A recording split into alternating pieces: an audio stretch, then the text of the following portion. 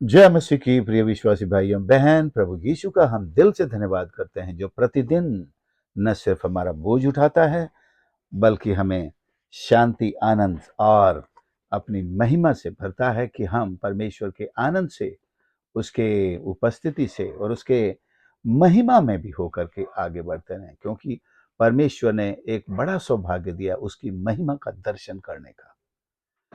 कई बार हम पुराने नियम में पढ़ते भी हैं कि जब याजक आराधना कर रहे थे, प्रेज एंड वर्शिप कर रहे थे, परमेश्वर का आत्मा उतरा, परमेश्वर का मंदिर उसकी महिमा से भर गया।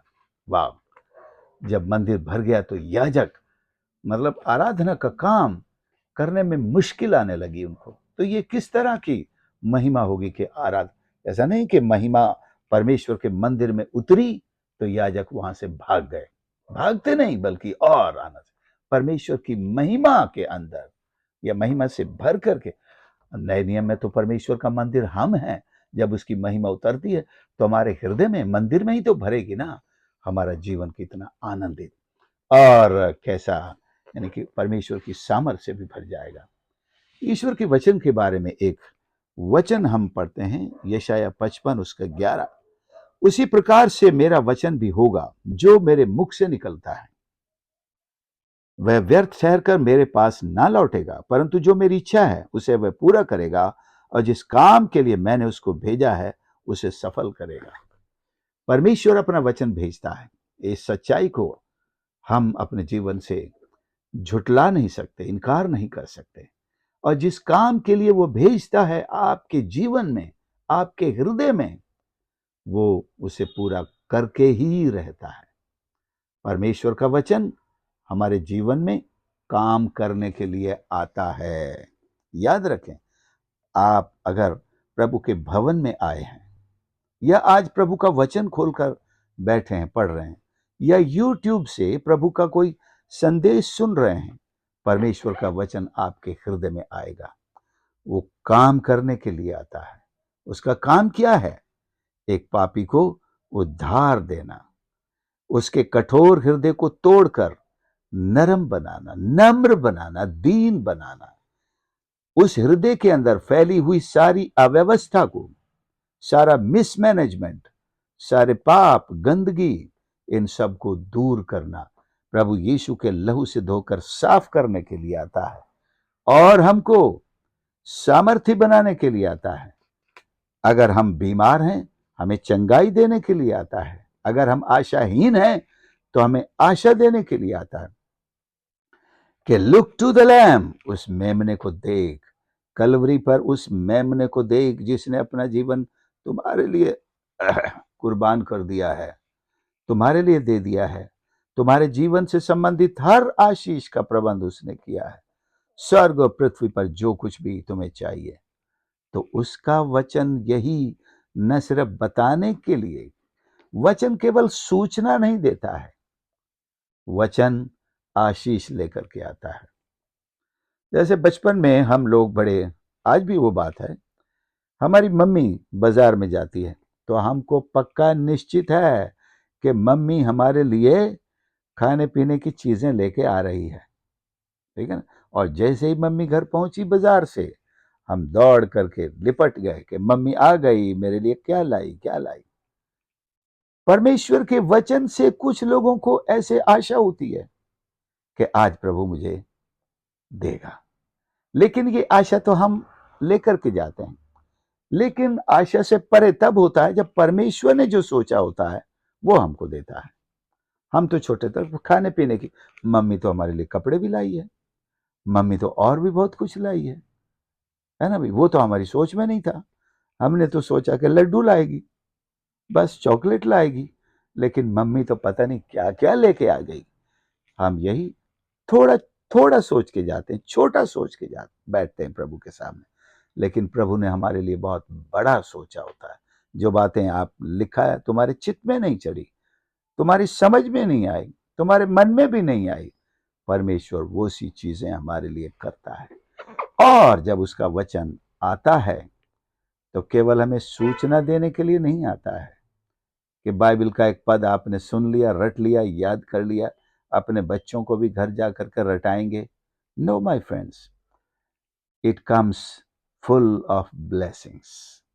Practically, परमेश्वर का वचन प्रैक्टिकली आशीषों से भरा हुआ हमारे पास आता है और हमारे जीवन को परिवर्तित कर जाता है, आशीषित कर जाता है, आत्मा से भर के जाता है। और आत्मिक आशीषें हो, परमेश्वर का दर्शन हो, आत्मा से भरना हो, आत्मा के जो फल हैं वो दे जाता है और हमको परमेश्वर की निकटता दे जाता है। You feel you have met Jesus right now.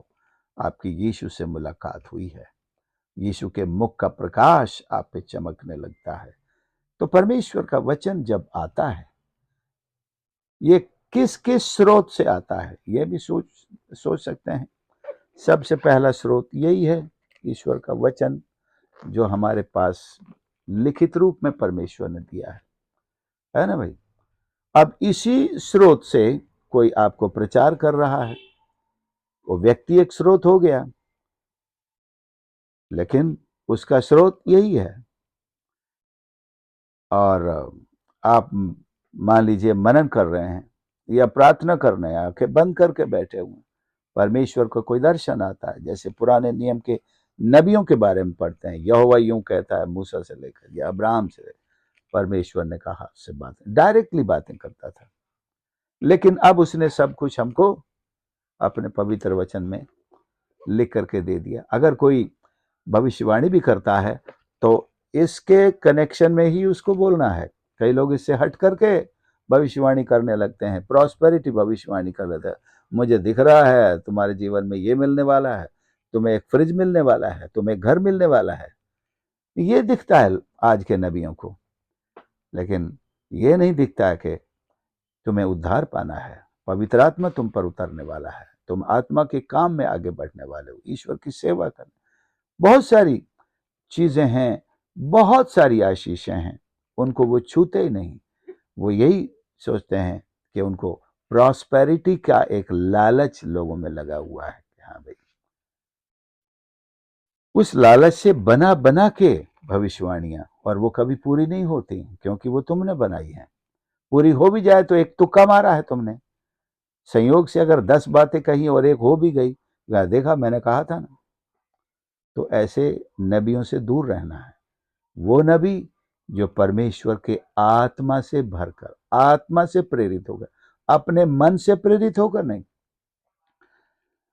आपका दूसरे का चेहरा देख करके भविष्यवाणी बनाने वाले नहीं।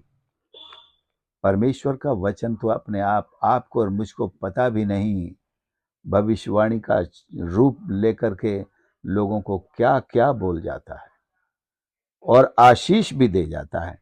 तो 12 पद में लिखा है, तुम आनंद के साथ निकलोगे, शांति के साथ पहुंचाए जाओगे, तुम्हारे आगे आगे पहाड़ पहाड़ियां गला खोलकर जय जयकार करेंगी, मैदान के सब वृक्ष आनंद के मारे ताली बजाएंगे। परमेश्वर का वचन जब भेजा जाएगा, हमारे जीवन में एक आनंद का माहौल बन जाएगा, तैयार हो जाएगा, हमारा जीवन शांति से भर जाएगा और जो नीचा है वो ऊंचा समतल लेवल कर दिया जाएगा। आप उस गड्ढे में नहीं पड़े रहेंगे, आप तरक्की करेंगे, परमेश्वर की उपस्थिति में आप तरक्की करेंगे, आत्मा में तरक्की करेंगे और परमेश्वर अपनी सेवा में, अपनी महिमा में इस्तेमाल करेगा।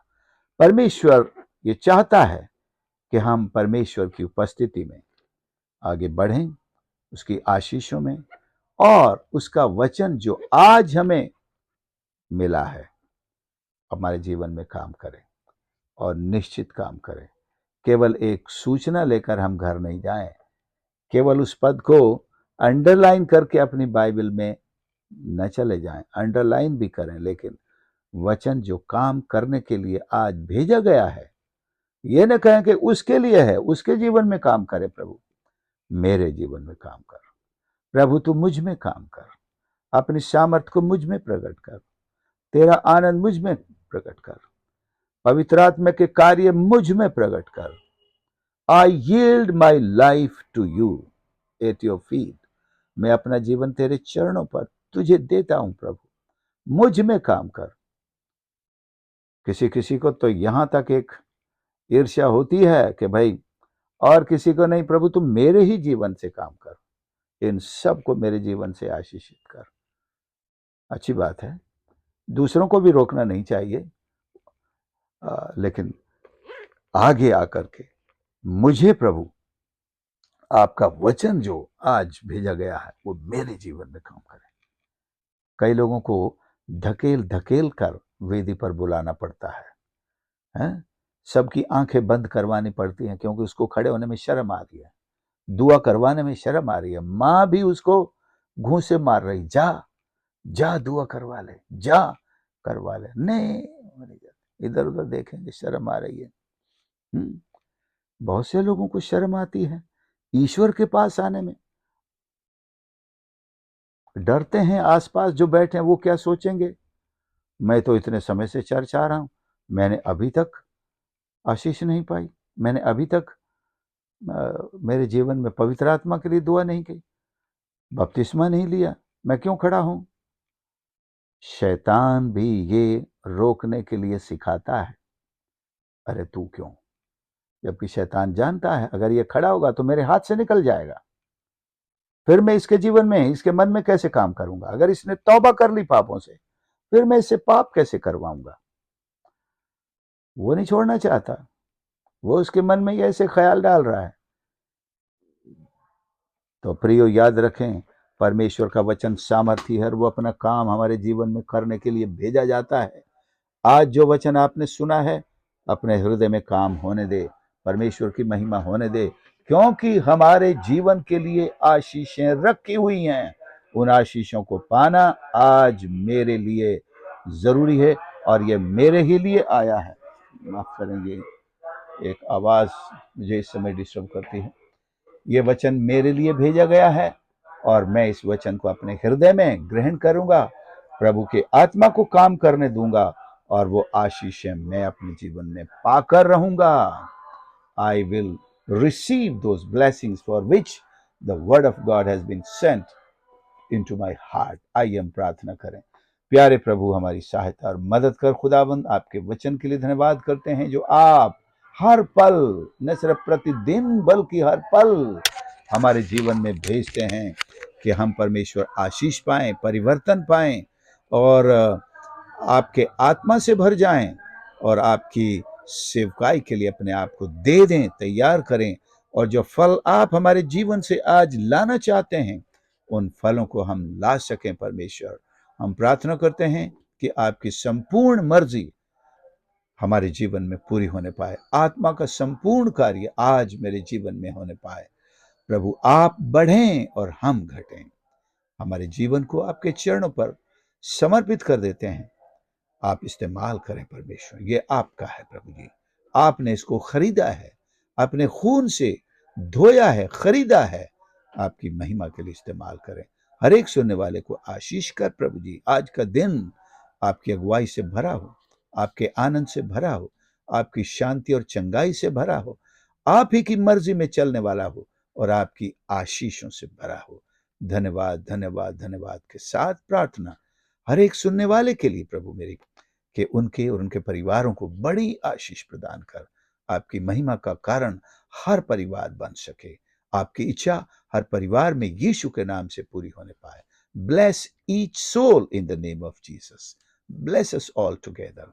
Thank you for your word, accomplish through your word for which the word has been sent to us today. आज का जो वचन हमारे लिए भेजा गया है, उसका पूरा पूरा काम हमारे जीवन में, हमारे परिवार में प्रभु यीशु आप होने दें। प्रार्थना प्रभु यीशु के नाम से मांगते हैं, आमीन। प्रभु आप सबको आशीष करे। आपने संदेश को सुना है, मेरा निवेदन है इसे दूसरों के साथ भी शेयर करें, और आपके कमेंट्स भी हमें शेयर कर सकते हैं। और यदि आप हमारे चैनल पर आज पहली बार आए हैं तो प्लीज इसे सब्सक्राइब जरूर कर लें, और हमारी सेवकाई के लिए भी प्रार्थना करते रहें। God bless you all.